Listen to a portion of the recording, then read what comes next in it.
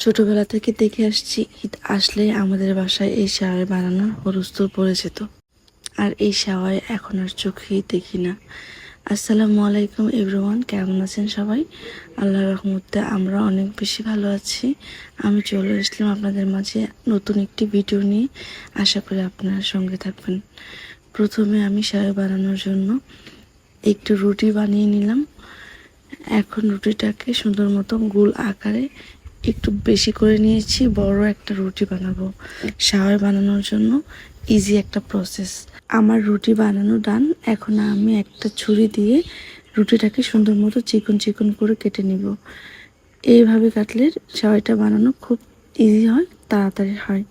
আরেকভাবে তৈরি করা যায়, আমরা যেটা ছোটোবেলা থেকে দেখে আসছি, অল্প একটু কাই নিয়ে হাতের তালু দিয়ে একটা একটা করে লতা বানাতো। এইভাবে লতা বানালে অনেক বেশি সময় লাগে।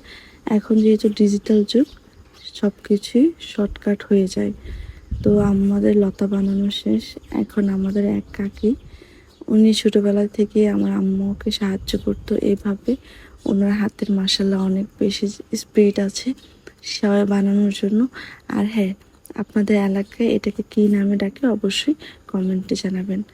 আমার সেওয়াই বানানো সবগুলো কমপ্লিট হয়ে গিয়েছে। এখন আমরা এখানে 4 কেজি দুধ নিয়েছি।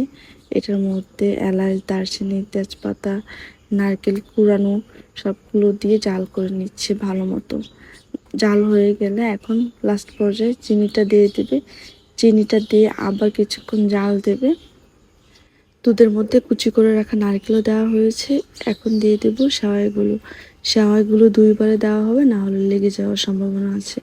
এখন সুন্দর মতো জাল দিয়ে সেওয়াইটাকে নেড়ে চেড়ে রান্না করে নিব। কিছু সময় পর এসে দেখি মাশাআল্লাহ এত সুন্দর একটা কালার আসছে, অনেক বেশি ইয়াম্মি লাগছে।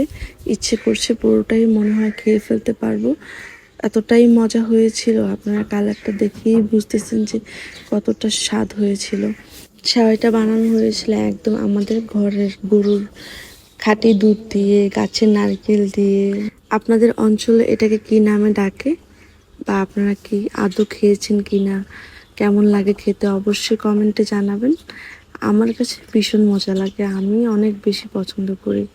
এটা বানানোর পরে তো মাশাআল্লাহ সবাই একদম খেয়ে বলতেছিল অনেক বেশি মজা হয়েছে, অনেক বেশি সুস্বাদু হয়েছে। তো আজকের ভিডিওটা এই পর্যন্তই। সবাই ভালো থাকবেন। আল্লাহ হাফেজ। আসসালামু আলাইকুম।